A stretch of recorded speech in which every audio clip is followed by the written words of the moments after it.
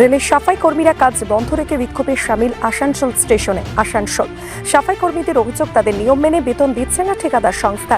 নতুন ঠিকাদার কাজ নেওয়ার পরে ৯,০০০ টাকা করে বেতন দেবে বলছে। সাফাই কর্মীদের দাবি, তাদের ন্যূনতম ১২,০০০ টাকা বেতন দিতে হবে, PF-ESI ও মাসে ৪টি ছুটি দিতে হবে। এই দাবি তুলে কাজ বন্ধ রেখে বিক্ষোভ দেখালো তারা। সাফাই কর্মীদের সুপারভাইজার মলয় রজক বলেন, আমরা ১৬ বছর ধরে এখানে কাজ করছি।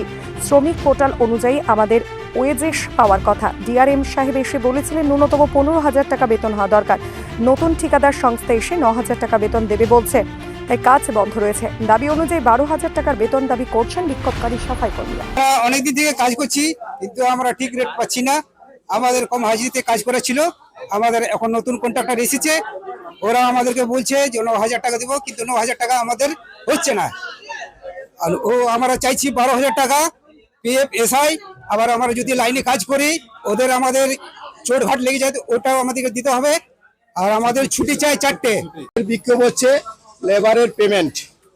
আমাদের যে ওয়েজেস অনুযায়ী শ্রমিক পোর্টাল যে রেট আছে ৬১৫, হ্যাঁ, লেবার তো সে রেট কোনোদিন পায়নি। আজকে ১৬ বছর ধরে কাজ করছে।